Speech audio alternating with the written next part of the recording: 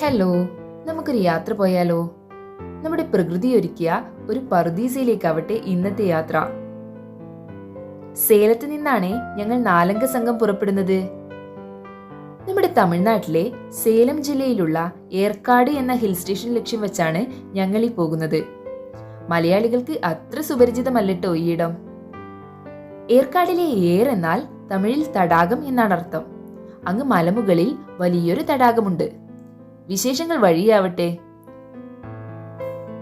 സേലം ടൗണിൽ നിന്ന് ഏകദേശം 30 കിലോമീറ്റർ മാറിയാണ് അതിമനോഹരമായ ഈ സ്ഥലമുള്ളത്.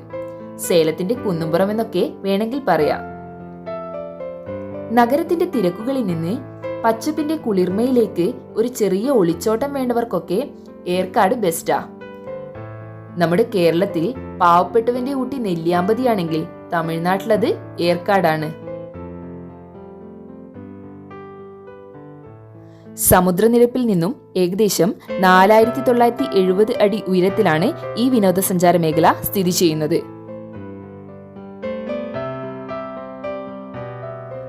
മൂടൽമഞ്ഞ് മൂടിയ കുന്നുകളും നല്ല തണുപ്പുള്ള കാറ്റും പച്ചപ്പും ഹരിതാഭയുമൊക്കെയായി ഒരു അടിപൊളി ഇടം. ട്രക്കിംഗ് ഇഷ്ടപ്പെടുന്നവർക്ക് നല്ലൊരു ചോയ്സാണ് ഈ മേഖല.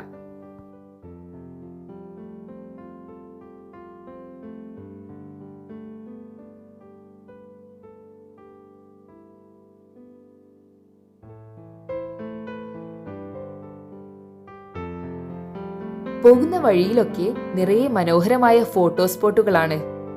നിറയെ പേർ അവിടെ പ്രകൃതിയോട് ചേർന്നുള്ള ചിത്രങ്ങൾ പകർത്തുന്നതിനായി വാഹനം ഒതുക്കിയിരിക്കുന്നു. പാർക്ക് ചെയ്യാൻ തീരെ ഇടമില്ലാത്തിടത്തൊക്കെ മറ്റു യാത്രക്കാരെ വലച്ചുകൊണ്ടുള്ള പാർക്കിംഗ് കാണുമ്പോൾ അരിശം തോന്നും.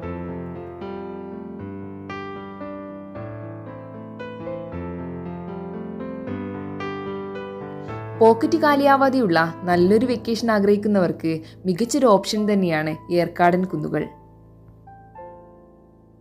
ചുരം കയറുമ്പോൾ ദൃശ്യമായ ഈ ക്ഷേത്രം എന്നെ വളരെയധികം ആകർഷിച്ചു. തനത് തമിഴ്നാടൻ വാസ്തുവിൽ പണിത ഒരു ക്ഷേത്രം.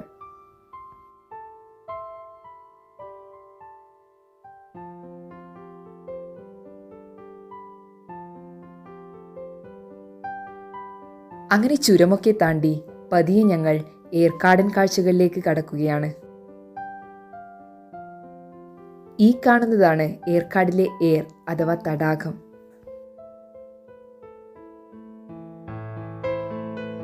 സഞ്ചാരികൾ സജീവമായി ഇവിടെ ബോട്ടിങ്ങും ഫോട്ടോയെടുപ്പൊക്കെ തകൃതിയായി നടക്കുന്നു.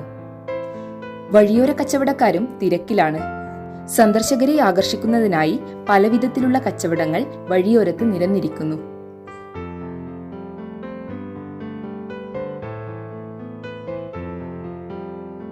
ഞങ്ങളുടെ അടുത്ത ഡെസ്റ്റിനേഷൻ മോൺഫോർട്ട് സ്കൂളാണ്.